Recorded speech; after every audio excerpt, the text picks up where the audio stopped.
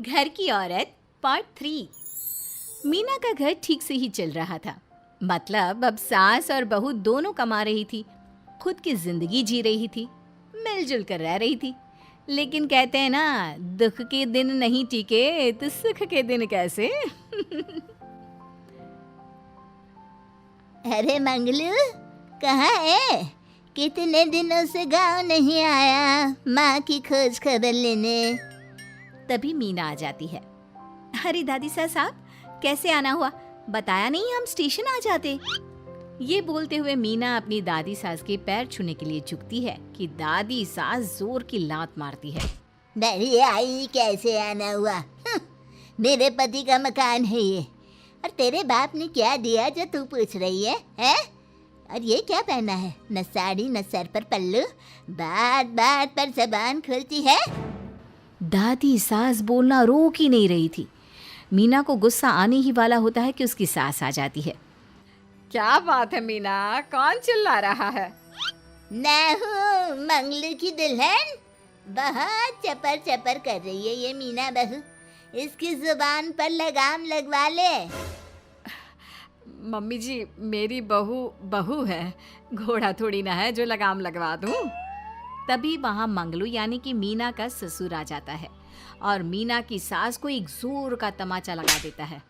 वाह, जुम्मा जुम्मा 2 दिन हुए नहीं कमाना शुरू किए, मेरी माँ के सामने होशियार बन रही है। मैंने बुलाया है माँ को, ये रहेंगी तो कम से कम इस घर की औरतें औकात में रहेगी। अरे जब से कमा रही है सर पर चढ़कर नाच रही है। चिंता न कर मंगलू, मैं आ गई हूँ ना। दोनों को लाइन में लगा कर रखूंगी। दोनों बहू ने मेरे मंगलू की जिंदगी खराब कर रखी है। तभी वहां पोता यानी कि मीना का पति आ जाता है। पोता जो कि दादी का दीवाना था। दादी दादी, मुझे क्यों नहीं बताया कि आप आने वाले हैं? मैं गांव आ जाता कार लेकर आपको लेने। अरे तू तो जानता ही है, कार में बैठ नहीं पाती। पता नहीं, बहुत दिनों से लग रहा था कि तू और मंगलू परेशान है। आज मन नहीं माना तो आ ही गई मैं। देख, यहाँ आकर पता लग रहा है। क्या पता लग रहा है दादी? यहाँ तो सब ठीक है, किसी को कोई परेशानी नहीं है। क्यों माँ, क्यों मीना, क्या हो गया? इन दोनों को क्यों परेशानी होगी?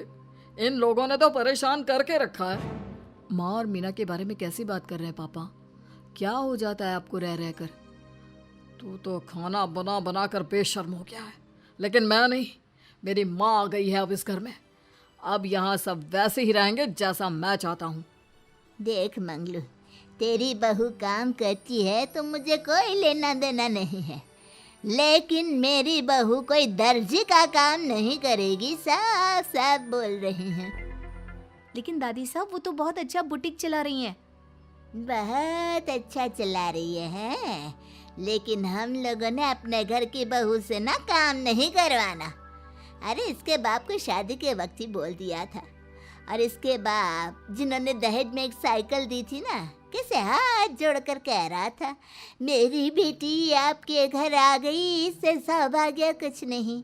अब देखो इसकी बेटी, बहू आ जाने के बाद सर पर चढ़ रही है मेरे मंगलू के। मीना जो कि सास की बुराई सुनकर परेशान हो जाती है। दादी सा छोटा मुंह बड़ी बात।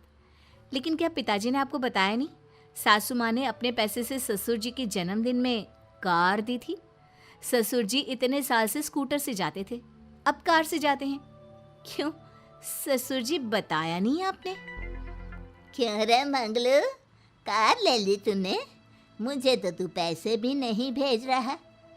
2 महीने से कैसे कैसे दिन काट रही थी और तू यहाँ कार से घूम रहा है।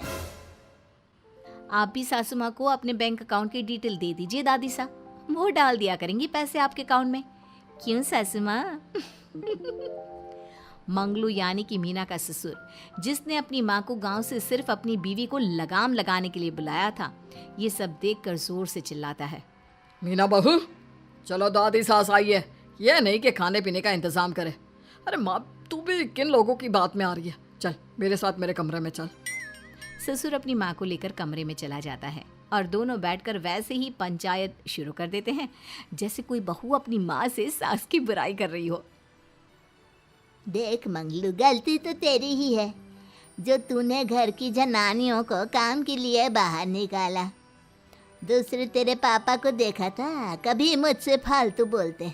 अरे मरते दम तक तेरा बाप मेरी मुट्ठी में रहा है, यही सिखाया था मैंने तुझे। क्या बोलूं माँ, जब से ये मीना बहू घर आई है ना, इसने घर का सारा इतिहास भूगोल बदल कर रख दिया है। उस तितली से तो मैं बाद में निपटूंगी, पहले तेरी वाली को तो ठीक कर दूं। अरे बहू क्या आ गई, खुद को टाटा अंबानी समझने लगी है। माँ देख, जो भी हो, इस बात को याद रखना कि हमारे घर की परंपरा क्या है। औरतों का औकात में रहना जरूरी है। अरे बहू के साथ मिलकर माँ ये बात उड़ती रहती है। बेटा देख, गलती तो तेरी भी है, क्यों तूने इसे काम करने की छूट दी। मारना भी कम कर दिया है तूने इसे, वरना पहले आती थी तो बहू का कोई ना कोई हिस्सा सूजा हुआ या काला ही दिखता था। देखकर तसल्ली मिलती थी कि तूने कंट्रोल कर रखा है। इस बार तो काला और सूजा छोड़, अच्छी खासी चमकती दिख रही है ये। अब क्या बताऊं माँ, गलती तो हो गई है। हाँ, वो कार देखकर पिघल गया होगा ना तू। अरे बेटा, औरतों को मुट्ठी में रखा कर। शान की साइकिल ज्यादा अच्छी कुत्ता बनकर कार चलाने से, समझा। मीना का ससुर अपनी माँ की बात को सुन रहा था। बस माँ, जो गलती हो गई मिट्टी डाल उस पर। अब बस तू ना घर पहले जैसा करके जाना। ये सब ना बहू का किया धरा है, समझी। मतलब बहू को ठीक करना है तो बहू की बहू को लगाम लगाना होगा। ठीक है। दोनों माँ बेटा बातें करके सो जाते हैं। सोने के बाद अगली सुबह मंगलू की बीवी यानी कि मीना की सास, माँ जी उठिए, ये लीजिए गर्म पानी और ये दादुन। चलिए तो याद रहा तुझे, वरना मैंने तो सोचा था कि बहू के चक्कर में पागल ही हो गई होगी बिल्कुल। अरे बहू के चक्कर में पागल होने का क्या मतलब होता है माँ जी। उसने मुझे मेरे पैरों पर खड़ा होना सिखाया है। मैं तो कहती हूँ उसके जैसी मेरी बेटी होती ना तो शायद मैं बहुत पहले जीवन का मतलब समझ चुकी होती। तो दादी सास को समझ में आ जाता है कि सारा मामला मीना पर जाकर ही ठीक होगा। वो सोच लेती है कि अपनी बहू को छोड़कर पहले मीना को सही करना है। फिर अगले रोज, अरे मेरे पोते के पास तो मेरे पास बैठने का वक्त भी नहीं है, हैं? अरे कैसी बात करती है दादी, तेरे लिए तो मैं नौकरी भी छोड़ दूं। नौकरी नहीं, तू ना बीवी छोड़ दे, खुश हो जाऊंगी मैं। नीरज हैरान हो जाता है कि उसने तो मजाक किया था। दादी ये क्या बोल रही है? कैसी बात कर रही हो दादी, मीना ने तो सारा घर संभाला हुआ है। पहले तो घर गिरा जा रहा था ना। तेरी मीना के आने के पहले ना घर में चूल्हा जल रहा था, ना कोई रोटी खा रहा था, क्यों? नीरज को दादी बीवी के खिलाफ खूब कान भरती है। तू सही कह रही है दादी, औरत पैर की जूती और हाथ की मुट्ठी में ही ठीक लगती है। मीना ने ना सिर्फ घर का माहौल बिगाड़ा, माँ को भी पिताजी की इज्जत करनी छुड़वा दी। अब ठीक बोल रहे हो, घर को बिगाड़ने की मेन जिम्मेदार तो मीना ही है दादी। अभी उसे ठीक किए देता हूँ। तभी वहाँ पिता भी आ जाता है। देख बेटा, तो रोटी कम खाना मंजूर, लेकिन इन औरतों के आगे झुकना मंजूर नहीं। तेरी दादी ने घर की परंपरा बनाकर रखी, मजाल कि मेरा बाप मेरी माँ के सामने कुछ कह लेता। पर पापा एक बात पूछनी थी। रहने बेटा, तू ना कंफ्यूज है जीवन में, तू ना कंट्रोल कर पाएगा अपनी जनानी को। मंगलू, मेरी तो टिकट ही करा दे गाँव की। तुम लोगों के घर तो मर्दों की कोई इज्जत ही ना है, और ये मेरे घर की परंपरा ना है, मैं चली। अरे ना ना दादी, मैं तो बस देख अब मैं कैसे कंट्रोल करता हूँ इसे कल। फिर अगले रोज मीना ऑफिस के लिए तैयार हो रही थी कि देख मीना, आज मेरे दफ्तर से कुछ लोग खाने के लिए आ रहे हैं, तो शाम के खाने में, लेकिन आज तो मेरी मीटिंग है, फिर घर आने में मुझे देर हो जाएगी। तो मैं क्या करूँ? बोला ना शाम को खाना बनाना है तो बनाना है, समझी। मीना को पति की बात अजीब लगती है, पर वो दादी सास के सामने कोई भी ड्रामा क्रिएट करना नहीं चाहती थी। ठीक है, मैं शाम को जल्दी आ जाऊंगी। अच्छा क्या खाना है प्लीज जल्दी से बता दीजिए। पर बेटा तू तो, बहू सास को चुप रहने का इशारा करती है, लेकिन पोते को तो लड़ना था। वो मीना पर जोर से चिल्लाता है, मीना देख ज्यादा हीरोइन मत बन, आज ऑफिस जा रही है तो जा, लेकिन सुन तुरंत रिजाइन देकर घर आ जाना। ना मुझे तेरी कमाई चाहिए ना ही तेरी नसीहत। आज से घर में वही होगा जो मैं चाहूंगा, समझी? अरे कैसे लैंग्वेज बोल रहे हो, ये तुम्हारी बोली नहीं है, कौन सिखा रहा है तुम्हें? तभी दादी सास आ जाती है। क्या बोलना चाह रही है बहू? मैं मुन्ने के कान भर रही हूँ, हैं?